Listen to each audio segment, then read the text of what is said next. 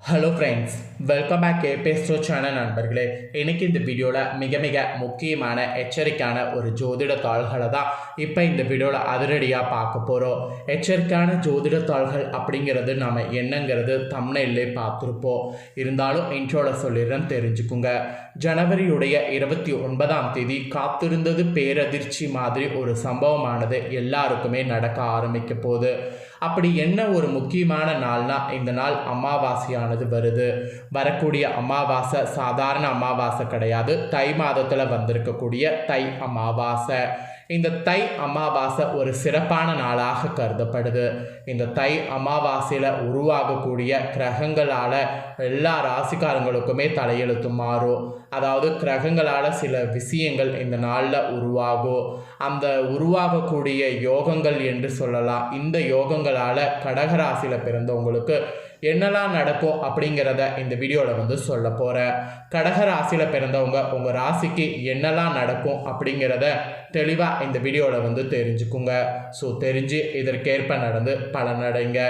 அதுக்கு முன்னாடி இந்த அமாவாசையுடைய மகிமையை உங்களுக்கு சொல்கிறேன். இந்த அமாவாசையுடைய மகிமையும் இந்த அமாவாசையில் நீங்கள் செய்ய வேண்டிய செய்யக்கூடாத விஷயங்களை தெரிஞ்சுக்குங்க. இதை தெரிஞ்சுக்கிறது ரொம்ப ரொம்ப ரொம்ப நல்லது.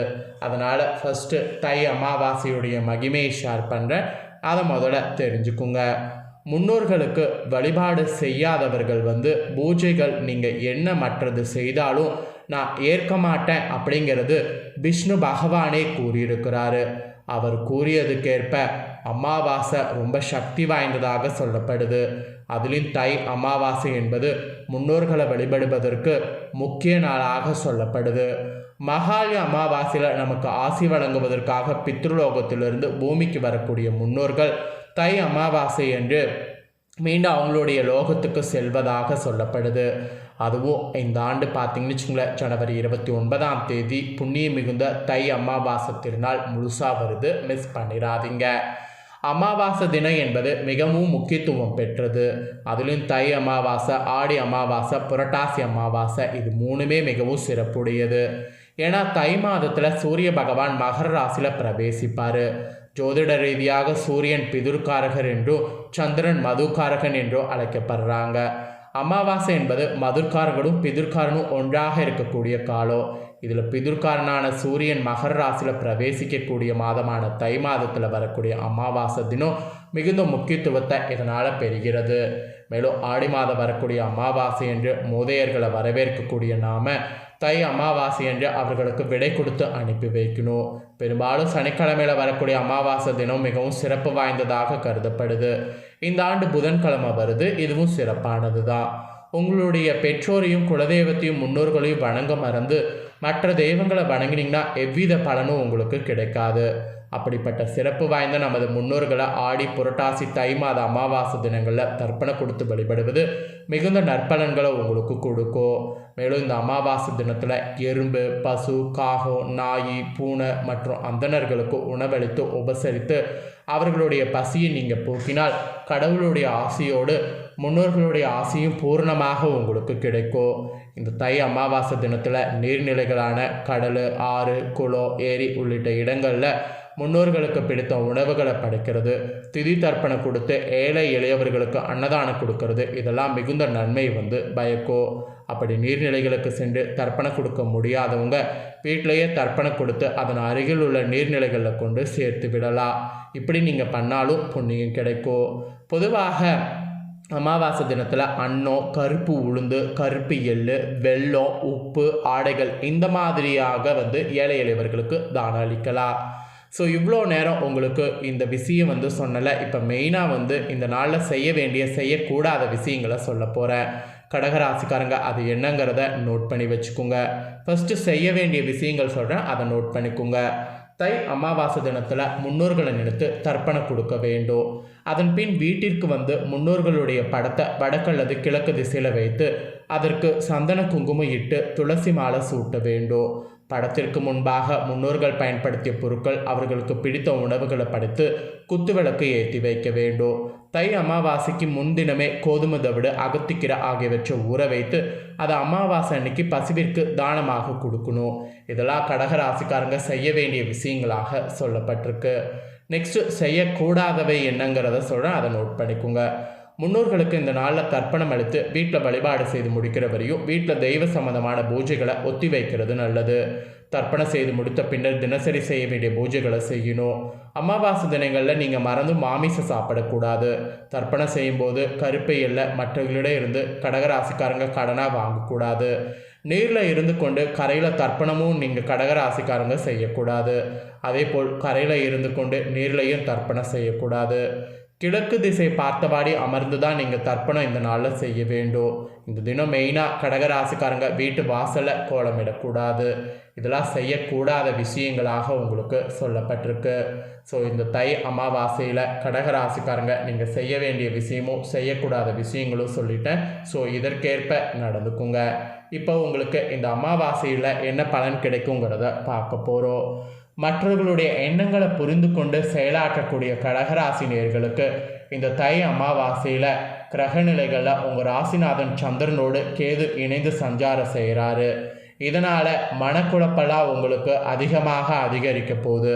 அதனால் ஒவ்வொன்றையுமே பார்த்து பண்ணணும் என்று எச்சரிக்கை விடுக்கப்பட்டிருக்கு. கண்டக சனியுடைய ஆதிக்கம் அதிகம் இந்த தை அமாவாசைக்கு மேலே இருக்கிறதுனால மருத்துவ செலவு உண்டாகும். உடல் ஆரோக்கியத்தில் ரொம்ப கவனமாக இருக்க வேண்டும். 9வது இடத்துல இருக்கக்கூடிய குருவுடைய பார்வை உங்கள் ராசியில் பதியுது.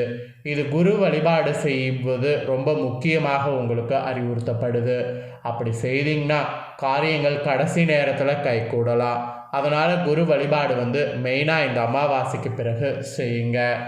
அதுக்கப்புறம் உங்கள் ராசிக்கு 4வது இடத்துல கேது இருக்கிறதுனால, தொழில் ஸ்தானத்தில் ராகு இருக்கிறதுனால இந்த டைம் உங்களுக்கு தொழிலில் கொஞ்சம் கவனம் தேவை. அப்புறம் தனுசில் புதனும், அப்புறம் சூரியன், சனி, சுக்கிரன், ரிஷபத்தில் செவ்வாய், இந்த மாதிரிலாம் கிரகநிலைகள் இருக்குது. பாகிஸ்தானத்தில் குரு சஞ்சாரம் இருக்குது. குரு சஞ்சாரம் மட்டும் இல்லாமல் உங்கள் ராசியை பார்க்குறாரு. எனவே உழைப்புக்கேற்ற பலன் கிடைப்பது கொஞ்சம் அரிதாக தான் இந்த அமாவாசையிலிருந்து இருக்கும். கொஞ்சம் நீங்கள் அதுக்கெல்லாம் ஏற்ற மாதிரி தான் நடந்து கொள்ளணும். ஊர் மாற்றம், இடமாற்றம், உத்தியோக மாற்றம் எதிர்பாராத விதத்தில் வரலாம். நீங்கள் பிளானே வச்சுருக்க மாட்டீங்க. ஆனால் அந்த பிளான் அன்எக்ஸ்பெக்டடாக உங்கள் லைஃப்பில் கொண்டு வரும். ஸோ எல்லாத்தையுமே அட்ஜஸ்ட் பண்ணி ஏற்றுக்கிட்டு தான் போகணும். உங்கள் சுகஸ்தானத்தில் கேது சஞ்சாரம் செய்கிறதுனால மருத்துவ செலவு உங்களுக்கு உண்டாகும். அதனால் தன்னிச்சையாக செயல்படணும் என்று சொல்லப்பட்டிருக்கு. சில சிக்கல்களை சந்திப்பதற்கு வாய்ப்பு இருக்குது. ஒரு கடன் அடைக்க மற்றொரு கடனை வாங்கக்கூடிய சூழல் உங்களுக்கு உருவாகும். பொது வாழ்வில் இருப்பவர்களுக்கு திடீரென பொறுப்புகள்லாம் ஏற்படும். தொழில் பங்குதாரர்கள் நீங்கள் விலகினாலும் புதியவர்கள் இணைவாங்க. ஸோ இந்த மாதிரி சில விஷயங்கள்லாம் உங்களுக்கு இந்த அமாவாசையில் நடக்கும். அப்புறம் உங்கள் ராசிக்கு 2ஆம் இடமான தனஸ்தானத்துக்கு அதிபதியாக சூரியன் இருக்கிறாரு. அவர் கண்டக சனியோடு இணைந்து சஞ்சரிக்கும் பொழுது அளவிற்கு அதிகமான விரயங்கள் ஏற்பட வாய்ப்பு இருக்குது. உறவினர்களாலும் நண்பர்களாலும் தொழிலில் தொல்லைகள் ஏற்படலாம். அதனால் உங்கள் தொழிலில் அவங்கள தள்ளி வைக்கிறது நல்லது. திடீர் விரயங்கள் சமாளிக்க முடியாமல் தடுமாற்ற அடைவீங்க. கடன் சுமை பெருகி கொண்டே போகும். குடும்பத்தில் பழைய பிரச்சனை மீண்டும் தலை தூக்கும். உற்றார் உறவினர்களுடைய பகை அதிகரிக்கும். இந்த மாதிரி ஒன்று போனால் ஒன்றுன்ட்டு பல ரிஸ்க்குகள் உங்களுக்கு இருக்குது. ஜனவரி 29க்கு மேலே பேரதிர்ச்சி காத்திருக்கு. ரொம்ப கவனமாக இருக்கணும் என்று தான் உங்கள் ராசிக்கு சொல்லப்பட்டிருக்கு. பணிபுரியக்கூடிய இடத்துல உங்கள் திறமைக்கு அங்கீகாரம் கிடைக்காது. உத்தியோக உயர்வு மட்டும் இல்லாமல் சம்பள உயர்வும் தாமதமாகலாம்.